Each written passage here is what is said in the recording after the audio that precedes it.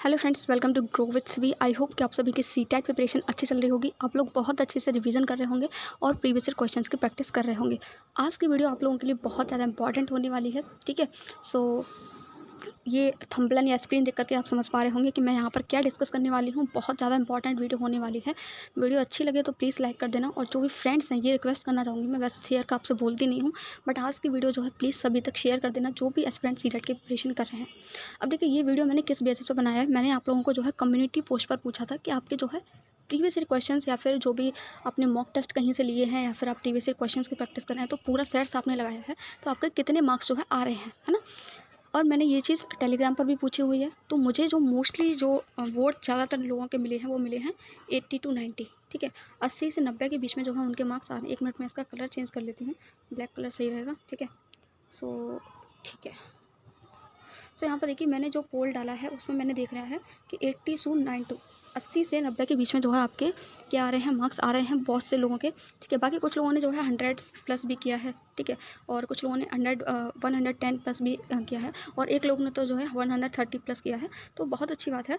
लेकिन ये वीडियो मैं उन लोगों के लिए स्पेशली होने वाली है जिनके मार्क्स जो है 80 to 90 के बीच में आ रहे हैं। और देखिए, पूरा डिस्कस करने वाली हूँ किस तरीके से मार्क्स क्या किसको जो है मार्क्स बढ़ाने चाहिए, किसके लिए मार्क्स जो है इतने आ रहे हैं तो सही है। ठीक है, तो वो सब चीज़ें मैं यहाँ पर डिस्कस करने वाली हूँ।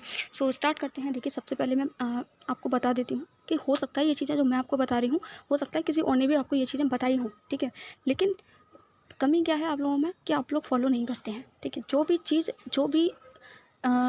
चीज़ आपको या जो भी चीज़ें आपको बताई जा रही हैं कि इस चीज़ को आपको फॉलो करना चाहिए, तो सबसे इम्पॉर्टेंट वहाँ पर जो बन जाता है वो होता है फॉलो करना। ठीक है, जो स्टूडेंट फॉलो कर जाते हैं वो एग्ज़ाम को क्वालिफाई कर लेते हैं। अब जो फॉलो नहीं करते हैं उनका एग्ज़ाम रह जाता है। ठीक है, तो इम्पॉर्टेंट चीज़ होती है फॉलो करने की। ये वीडियो मैं सिर्फ किसी पर्टिकुलर पर्सन के लिए नहीं बना रही हूँ, ये वीडियो सबके लिए है। जो भी स्टूडेंट इनको फॉलो कर लेंगे वो उनका एग्ज़ाम जो है क्लियर हो जाएगा। जो फॉलो नहीं करेंगे तो वो रह जाते हैं। तो यही बात होती है, फॉलो करने की मेन बात होती है, जो कौन कितने अच्छे से किसकी बात को फॉलो कर रहा है। अगर आपसे देखिए, आप किसी से पूछते हो कि सीटेट का एग्ज़ाम में क्या करना है, ठीक है, तो आप लोगों को मैं मोस्टली नहीं, सभी लोग ये चीज़ ऐड करते होंगे कि आपको प्रीवियस ईयर क्वेश्चंस ज़रूर करने हैं। ठीक है, अब बहुत से लोग फिर भी प्रीवियस ईयर क्वेश्चंस नहीं करते हैं, सिर्फ थ्योरी के पीछे पड़े रहते हैं, कॉन्सेप्ट क्लियर करने में रहते हैं, है ना। तो अगर आप दूसरों की बात को फॉलो नहीं करोगे तो कैसे काम चलेगा, है ना। तो यहाँ पर चाणक्य ने जो बात कही थी कि जो लोग अपने एक्सपीरियंस से सीखते हैं, जो लोग दूसरों के एक्सपीरियंस से सीखते हैं वो जल्दी एग्ज़ाम क्वालिफाई कर जाते हैं। ठीक है, अब अगर आप जो है अपने एक्सपीरियंस लेते रहोगे तो आपको जो है टाइम लग जाएगा किसी भी एग्ज़ाम को क्वालिफाई करने में। तो ये बात आपको समझनी होगी। सामने वाला जो आपको बता रहा है, प्लीज़ फॉलो इट, क्योंकि उस व्यक्ति ने एग्ज़ाम क्लियर किया है, सो उसको आपसे ज़्यादा एक्सपीरियंस है। ठीक है, सो ये थी बातें। आई होप कि थोड़ा बहुत मोटिवेशन आपको मिला होगा।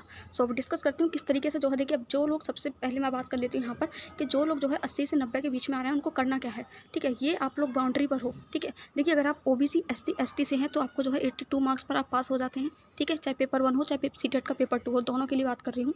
और अगर आप जनरल से हैं, जनरल कैटेगरी से हैं, तो आपको 90 या 90 प्लस स्कोर करना होता है। ठीक है, तो इतना मार्क्स अगर ले आते हैं आप तो आपका एग्ज़ाम क्वालिफाई हो जाता है। अब आपके प्रीवियस ईयर में जो है इतने मार्क्स आ रहे हैं, लेकिन जब आप एक एक एग्ज़ाम से दूसरे एग्ज़ाम में जाते हैं, आई मीन एक लेवल से दूसरा लेवल बढ़ता है, एक एडिशन बढ़ता है एग्ज़ाम का, तो हल्का सा उसमें कुछ ना कुछ चेंज आता है। ठीक है, कुछ ना कुछ चेंजेस आ जाते हैं। तो यहाँ पर ऐसा नहीं है, आपको ये मान के नहीं चलना है कि 80 से 90 के बीच में हमारे आ रहे हैं तो हमारा तो इजीली क्वालिफाई हो जाएगा। ठीक है, आपको जो है कम से कम यहाँ पर 100 प्लस आपका स्कोर करना पड़ेगा। ठीक है, अपना स्कोर जो है आपको बढ़ाना पड़ेगा। एटलीस्ट आपके 100 प्लस आपको जो है करना पड़ेगा। अब आप लोग सोच रहे होगा क्या 5 दिन में ये पॉसिबल है? बिल्कुल पॉसिबल है, 100% पॉसिबल है। कैसे बढ़ेगा स्कोर मैं बताऊँगी, और आपको वो फॉलो करना है। ठीक है, सो यहाँ पर देखिए, एक बात उनके लिए कर लेती हूँ जिनके मार्क्स जो है 110 प्लस आ रहे हैं, 120 प्लस आ रहे हैं, 115 प्लस आ रहे हैं, उनका स्कोर अच्छा है। ठीक है, आप अपना रिवीजन करिए बढ़िया तरीके से और अपने प्रीवियस ईयर क्वेश्चंस की प्रैक्टिस करते रहिए।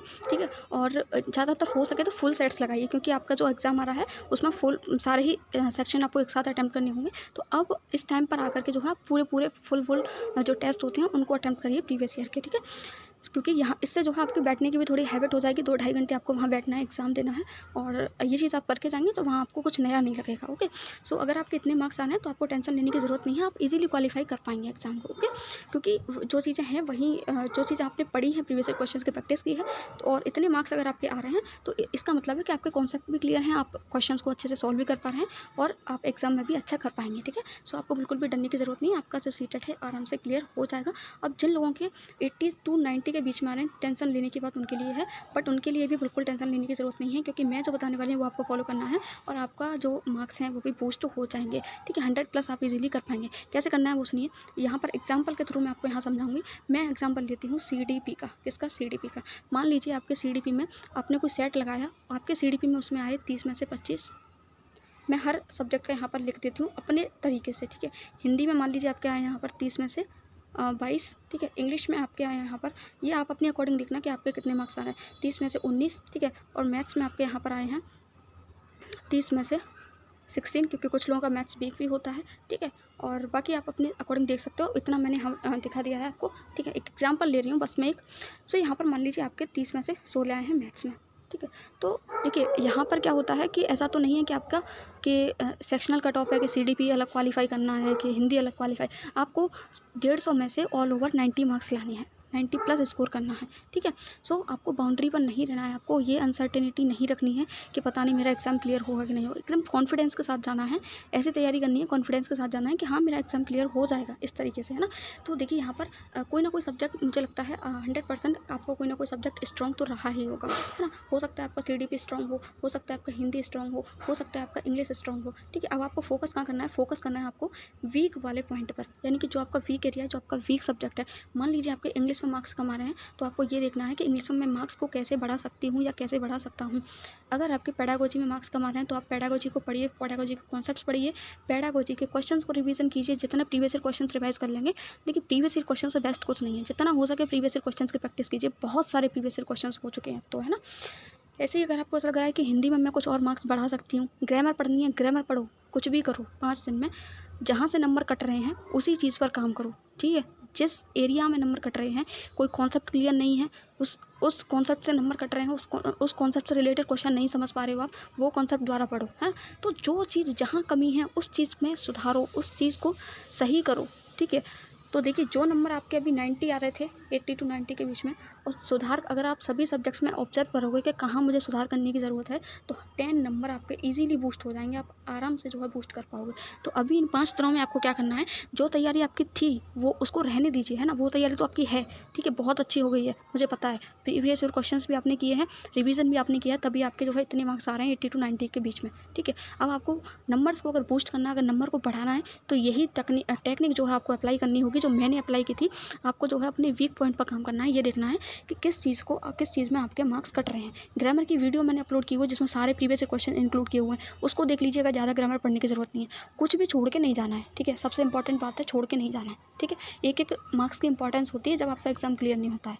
ठीक है, स्टूडेंट बाद में पूछते हैं कि मैम हमारे 89 मार्क्स आ रहे हैं, क्या एक नंबर बढ़ सकता है क्या हमारा रिजल्ट में, है ना। तो आई होप कि ये चीज़ें आपके क्लियर हो रही होंगी। ठीक है, thank you so much for watching this video. बस मुझे यही बताना था आप लोगों को। और यहाँ पर देखिए बिल्कुल भी ये टेंशन नहीं लेनी है कि पता नहीं मेरा एग्ज़ाम क्लियर होगा कि नहीं होगा। ठीक है, ये देखिए ये चीज़ आप एस्पिरेंट हैं और हर एक एस्पिरेंट के साथ, वो चाहे कोई सा भी एग्ज़ाम देने जा रहे हैं, हर किसी के साथ ये होता है। जब तक एग्ज़ाम नहीं हो जाता है हमें यही लगता रहता है कि पता नहीं एग्ज़ाम कैसा जाएगा, क्वेश्चन पेपर कैसा आएगा, हम क्वेश्चन कितने कर पाएंगे, कितने नहीं कर पाएंगे। लेकिन यहाँ पर इन सब चीज़ों को हटा करके देखिए वो चीज़ें क्या होगा क्या नहीं होगा उस दिन, वो तो उस दिन देंगे तभी पता चलेगा। लेकिन अपने अंदर एक बिलीफ, एक कॉन्फिडेंट, एक विश्वास रखना है। जो तैयारी आपने की हो उस पर विश्वास रखना है कि हाँ जितना मैंने पढ़ा है, जो मैंने पढ़ा है वो सही है, और उसमें से कुछ आएगा तो मैं कर पाऊँगा या कर पाऊँगी। ठीक है, सो यही था आपके लिए। Thank you so much for watching this video, और मेरी तरफ से आप सभी के लिए best of luck. I hope कि आप सभी का, जो भी लोग तैयारी कर रहे हैं, मेहनत कर रहे हैं, उनका सीटेट एग्ज़ाम क्लियर हो जाए।